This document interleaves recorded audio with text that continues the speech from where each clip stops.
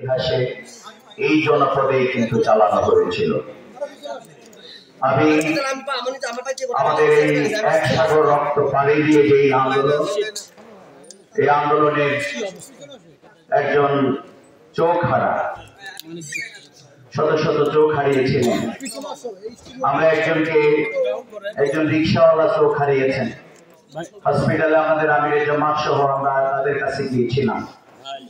তাকে যখন জিজ্ঞাসা করা হয়েছে যে আপনার চোখ হারিয়ে 5 তারিখ আপনি অন্ধ হয়ে গেছেন, আপনি আর পৃথিবীকে দেখতে পান না, তিনি বলেছিলেন না আমি তারপরেও খুশি। কিন্তু তার সাথে একটি কথা তিনি যুক্ত করেছিলেন, তিনি বললেন আমার সবচেয়ে বড় কষ্ট হচ্ছে আল্লাহ তাআলা আমার এই চক্ষু যদি আরো 1 বছর আগে নিয়ে আমার সবচেয়ে প্রিয় মানুষ আল্লামা দেলোয়ার হোসেন সাইদি সাহেব যদি জীবিত হয়। এদেশের আলেমুল আমাকে এদেশের মানুষরা দরদ দিয়ে ভাবে ভালোবাসে। এই জন্য সম্মানিত ওলামায়ে কেরাম, আগামী দিনের বাংলাদেশ ইসলামের বাংলাদেশ ইনশাআল্লাহ।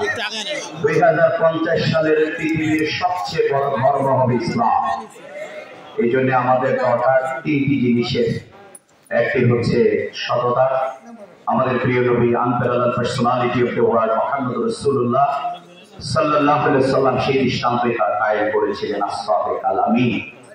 দ্বিতীয় আমাদের দরকার হচ্ছে আমাদের সম্মান এবং মর্যাদা প্রতিদিন বৃদ্ধি পাবে যদি আমরা এই দ্বীনের আইল্যান্ডকে উত্তরোত্তর আমাদের মধ্যে ধারণ করে আমরা প্রচার করতে পারি। সেই লক্ষ্যে আজকের এই স্কিল ডেভেলপমেন্ট প্রোগ্রাম।